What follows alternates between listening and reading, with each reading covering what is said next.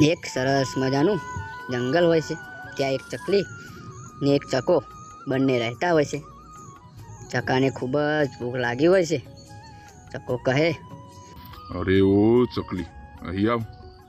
ચકલી તો આવે છે ને આવીને કહે છે, બોલો, શું થયું?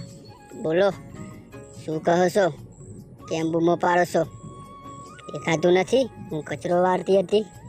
દેખાય છે, વજરો નથી એવું। તો પછી બૂમો શું કામ પાડો છો? મને ખૂબ જ ભૂખ લાગી છે, પેટમાં ગડબડ થાય છે, કાંઈ ખાવાનું હોય તો લાવો। ઘરમાં કાંઈ ખાવાનું નથી। તો પછી શું કરશું? મને ભૂખ ખૂબ જ લાગી છે, ચાલ આપણે બંને બહાર જંગલમાં જઈને ખાવાનું લાવીએ। ચાલો તાન જઈએ જંગલમાં। પછી બંને જંગલમાં અલગ અલગ દિશામાં ખાવાનું ગોતવા જાય છે।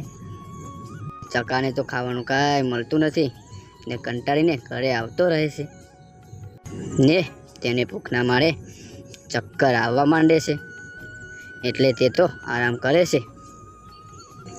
એટલામાં ચકલી જંગલના બાજુના ગામમાંથી ખીચડી લઈને આવે છે। ચકલી કહે છે, તમે કેમ સૂઈ ગયા છો? લ્યો, હું ખીચડી લઈને આવી।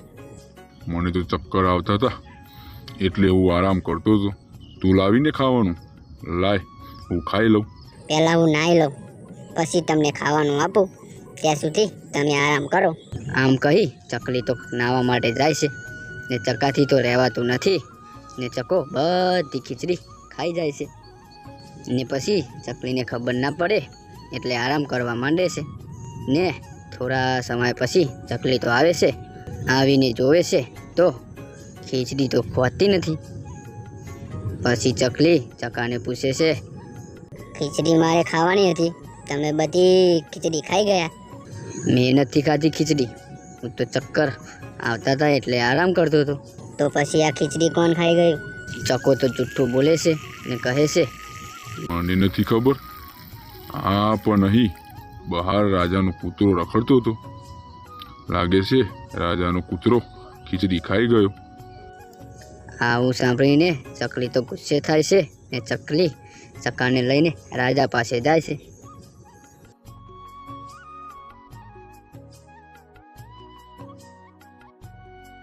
શું થયું ચકાભાઈ, કેમ તમારે અહીં આવવું પડ્યું? અમારી ખીચડી તમારો કૂતરો ખાઈ ગયો છે એટલે અમે આવ્યા છીએ। મારો કૂતરો ખીચડી તો ખાતો જ નથી, એને તો હું સારું સારું ખાવાનું આપું છું, એને ખીચડી ખાવાની શું જરૂર? ચકાભાઈ, તમે જુઠ્ઠું બોલતા હોય એવું લાગે છે। ના, હું જૂઠું નથી બોલતો, તમે કૂતરાને બોલાવીને પૂછી જુઓ। પછી રાજા તો કૂતરાને બોલાવે છે ને કૂતરાને પૂછે છે કે તું આમની ખીચડી ખાઈ ગયો છે? ના, મેં નથી ખાધી ખીચડી।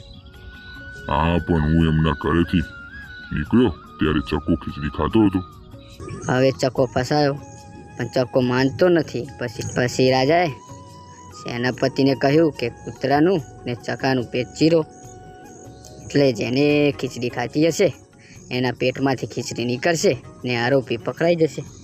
પેટ ચીરવાની વાત સાંભળીને ગભરાઈ જાય છે ને સાચું કહી દે છે।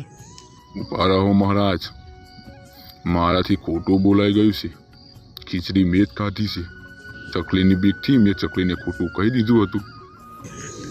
ને ચકાએ તેનો ગુનો કબૂલ્યો ને રાજાએ પછી ચકાને સજા કરી ને સજામાં રાજાએ કહ્યું કે હવે ચકલી બેન ઘરે રહેશે ને તમારે જાતે જઈને ખીચડી લાવીને ચકલીને ખવડાવવી પડશે।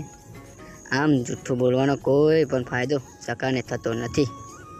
તો તમે પણ મિત્રો જીવનની અંદર ક્યારેય જૂઠું ના બોલવો, કારણ કે જૂઠું ક્યારે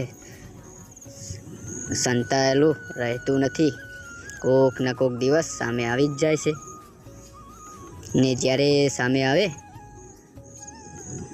ત્યારે તમે કોઈને મોટું બતાવવાના લાયક નથી રહેતા। એટલે ક્યારેય ખોટું ના બોલવું, જીવનમાં સાચું બોલવાનું રાખવું, એનાથી ક્યારેય તમે મોટી મુસીબતમાં નહીં ફસાવો। વિડીયોને આખો જોવા માટે તમારો ખૂબ ખૂબ આભાર।